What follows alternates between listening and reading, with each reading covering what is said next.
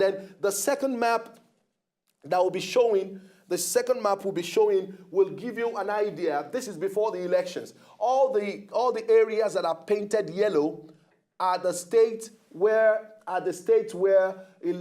PDP is ruling at the moment. The PDP is ruling at the moment in those states. And the blue-colored states are where the APC government are presently ruling those states. And then we have the other purple color where ABGA is ruling. It's just one state. And so if you look at it really very closely, we have a lot of states at the moment that are being governed by the PDP, that is the incumbent government, as we speak. But going by the formula of winning of the APC newly elected president, you will find out that there are a couple of states there that PDP have, been ruling in terms of, governance in the governorship, elections. But you will observe that those states are being won back to the APC during the presidential election. Yes. Do you see those states, the governorship election, going in the way of APC? Do you want me to sound biased now? No, not biased. Of course, I'll say yes. And definitely, I strongly believe that, like I said earlier, the success of the presidential elections will rub off immensely on, during the state elections, particularly those PDP states where the APC, or where General Buhari won, that is where the APC won. I strongly believe this will also translate to victory. Back in those states. Because, come on, if that's tell that the people there were won, the people there have been able to see something wrong, probably with the PDP and with the style of government, and for them to say, no, let us give the APC a chance. So if they could look at the federal level and say, no, we want the APC at the federal level, then of course, there will be strong indications that they will also say, we want the APC also at the state level, so that when things are moving beautifully at the federal level, we can also have it smooth and beautiful within the state. So for me, and one of those states, in as much as Delta State, of course, the PDP won in Delta State, there are strong indications that the state may return back to the opposition party. Yes, and that opposition party could be any other political party. Aside the PDP. There are very strong indications. But let us take a very closer look, at what is happening in Rivers State. Governor Rotimi Amechi used to be in PDP. There was a defection back to APC, even while he's still the governor of the state. And you and I know the antecedents of all the things that happened during the presidential elections, how APC eventually, lost to PDP in Rivers State. Now, with the president-elect as an APC, candidate, how do you see any game changer in terms of the governorship elections in Rivers State? Mind you, there were so many controversies also that came out from the results in Rivers State, how some persons and some words were exempted also from participating in the elections. Note that as of yesterday, APC, PDP, every party represented in Niger State came out yesterday to reject. They told INEC, take the rec off. She is fraudulent. She never... In Rivers State. Oh, in Rivers State. Course, because all through yesterday. But mind you also, they were even during... And the Commissioner of Police. They want the Commissioner of Police out and the rec, and there were also strong allegations, even from residents in Rivers State, that in fact, I won't want to mention this, but one of the aspirants was right there in INEC's office, which shouldn't happen, but he was there in INEC's office, also with some people, and they were however that's true. We're not quite sure. But you see that so at the end of the day, I strongly believe that whatever it is that happened during the presidential elections would not repeat itself in Rivers State. Why? Because the people are much more aware now.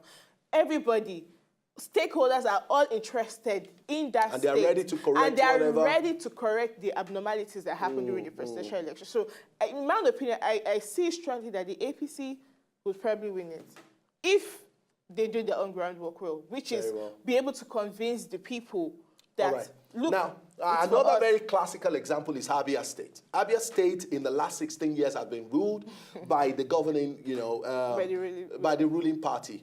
But agitations and information have it that the people of Abia State are tired of the PDP.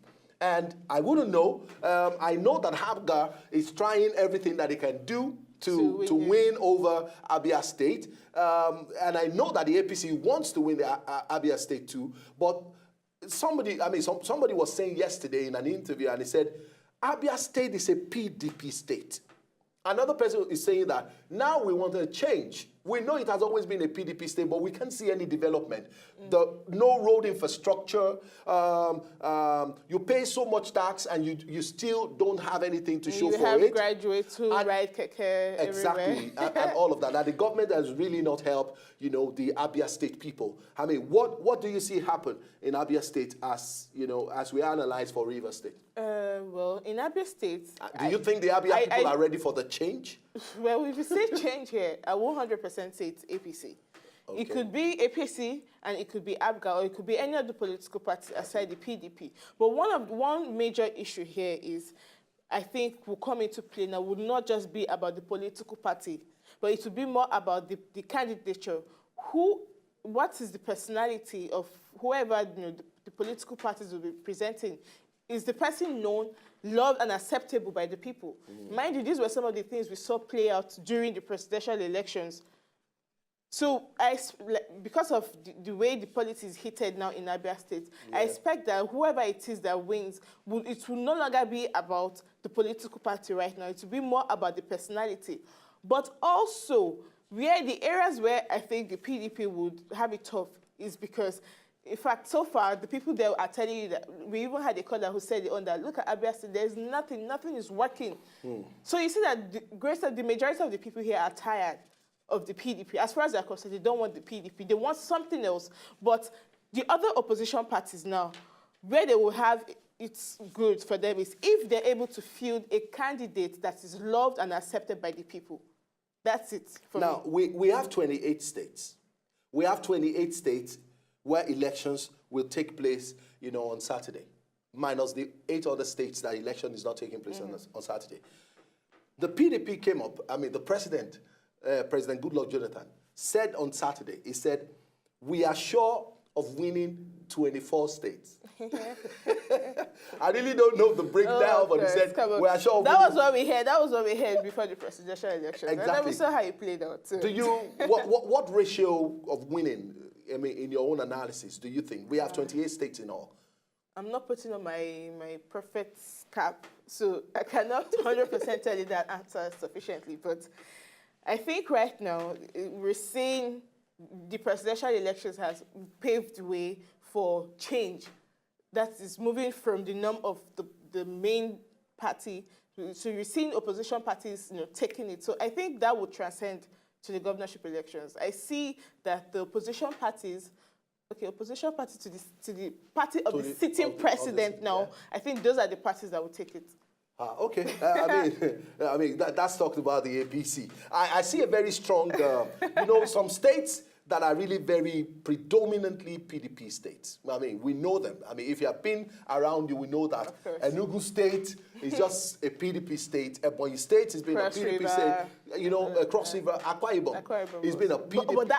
It's been a PDP state. Let us not go to Akwa Ibom State. No, Akwa Ibom State is tough. And if elections, because now the candidate, I said something earlier when I was talking about the Abia State, where the opposition parties will have it sweet is if they're able to field a candidate that is loved and well known by the people. And I think that is where Akwa Ibom, that's one of the things that will play as the APC candidate is very well accepted.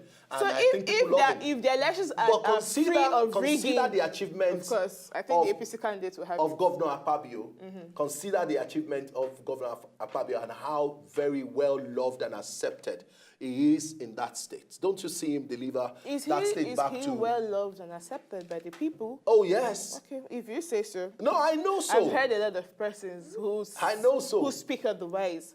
They're not... Okay, do you see the personality of Dakuku Peter side, making the difference or that change, in Rivers State? When you put him at par with his opponent, people prefer him. All right, we have a caller. Let's quickly take Ransom from Lokoja. How you doing? Fine, good morning, sir. Hi, good morning, morning. Dr. How are you today? Good morning, Shoma. Good Good. morning. Good to have you on the show. Let's hear you.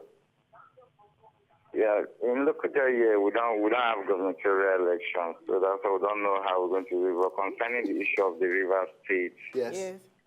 that we can see to decide, since APC campaign director comes from that zone, and according to him, according to Peter, according to the campaign director, which is Governor Rotimi Amechi, presently now try to put everything up to divert the governorship attention from his own particular zone to the other zone of the state. And that will give an edge for APC to win the election. So you're expecting that APC will take over River State? Yes. All right. Lagos. Let's see how it goes. Exactly. All right. Thank you very much, Ransom, for your analysis, your input. Thank you. All right. Now we'll go on a short break now, and then we'll bring you back to the very last lap of the show. Don't go away.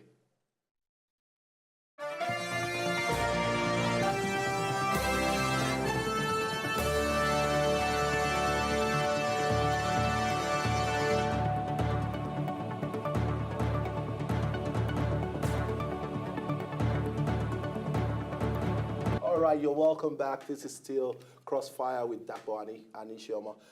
We've been trying as much as possible to bring information as it borders around the elections come Saturday, April the 11th. And we told you earlier on that elections will be taking place in only 28 states of the Federation.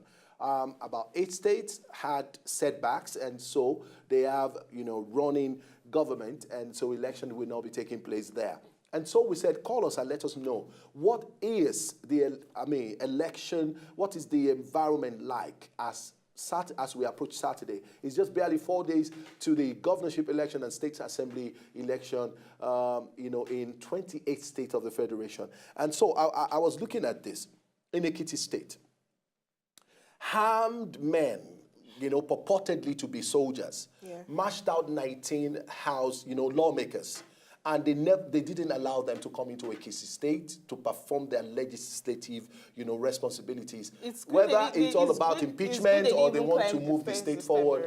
It's good they didn't climb the fence this time around to force their way in, as we expected, though.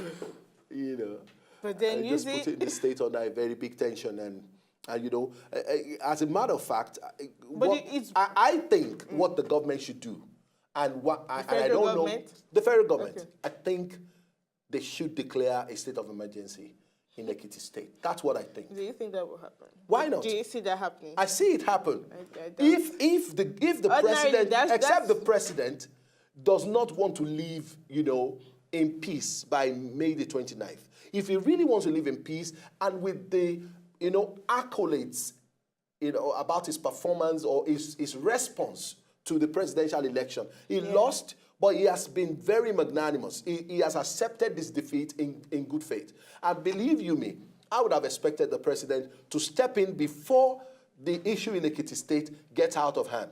Because if care is not taken, yesterday, one person is been reported dead, and it's a woman, and tension is building because more police officers have been deployed into Ekiti State. I feel that this pandemonium, it should be curbed, should be nipped in the bud immediately before it gets out of hand. Because I know that did you hear about Operation Wete? Do you know what Operation Wete is? A little. It's about the Ondo, the Ekiti people. When it comes to politics, it can be really, very, very violent. And they're so politically inclined. Exactly. Even people from Kwara State also. Most people from Kwara State also are politically inclined. But then we also expect, and we're using this opportunity to call for peace and to hope, and we expect that peace, there won't be breakdown of law and order in Ekiti State and in other states. And then we also expect people also, if just in case you find out there's any issue of breakdown of law and order, please report to the police immediately. Do not conceal that fact because you do not know whose life will be hinged on it, on that security information. All right. It is also very important that if you are in any state where elections will be taking place on Saturday, we want to enjoin you to please send us details, photograph, video, and text. Let us know exactly what is happening in your state. You can send all this information to Eyewitness at cooltv.cool. eyewitness as in letter I, witness at cooltv.co. Send it to us and we'll make this information available to as many people who will need it. Good morning, Usman. Hello, Usman. Hello, Usman. All right, I think, okay. So now let's look at it. I am considering that let's not take, things for granted. I don't know why I'm having this feeling. Maybe it's just, me. And that's because of the information that I have across all the states where elections will be taking place. I think security should be doubled. I strongly believe that's my opinion. I agree with you. You see, because if you look at it very well, all the elements that should, constitute and work towards us having a very good elections are already getting compromised. For instance, in Lagos State, the statement made by the Oba, even before that time, but we know that would not it's been a very keen competition between... We know that will not result to violence. Anyway, I want to believe the Igbo people, they've been appeased. They're peaceful people. Exactly, they've been apologized to. And from all the statement I heard from the Igbo leaders in Lagos, all things are pointing to the fact that they've taken it in good faith. They have taken it as a slip of tongue from the Oba, yes. As a slip of tongue from the Oba. And there being calmness, with the Igbo people. And I don't want to believe anybody wants to take it personal or go beyond where this issue has been said. So talk about security. Now, don't forget that during the elections, in the presidential elections, we had the army deployed, to help facilitate, some kind of security measures to ensure that everything goes well. Do you see the army come out for this the Saturday elections? As it's happened during the presidential elections, I expect that it will happen same also during the governorship. Because elections. their impact was actually felt. It was felt also. But my issue now is, particularly since the APC won at the presidency, I see an act of desperation coming to play. From the opposition party? Yes, from the new opposition parties. I see a new act of desperation coming out to play come April 11th. And they're ready to do anything to make sure they win at least the state, since they've lost at the federal level. And that's the reason why, in my own opinion, and like I agree with you, security should be beefed up. So much, and then even, it's not just about security being beefed up, because most times these policemen also do not know the nooks and crannies of these places. They can only rely on security detail and information when the people also cooperate and work with them. So that's why we hope also that, in as much as our security, personnel are also doing their job, we also expect that the people also will be vigilant and observant also.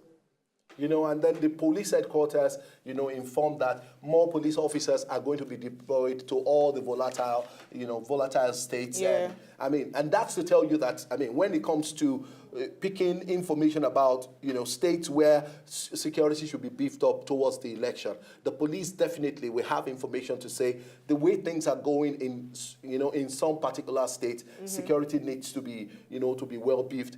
I see, the competition between Governor Hamosu and Isiaka in Ogun State too is very, very keen. And people are looking forward to a very, competitive election between, the two of them.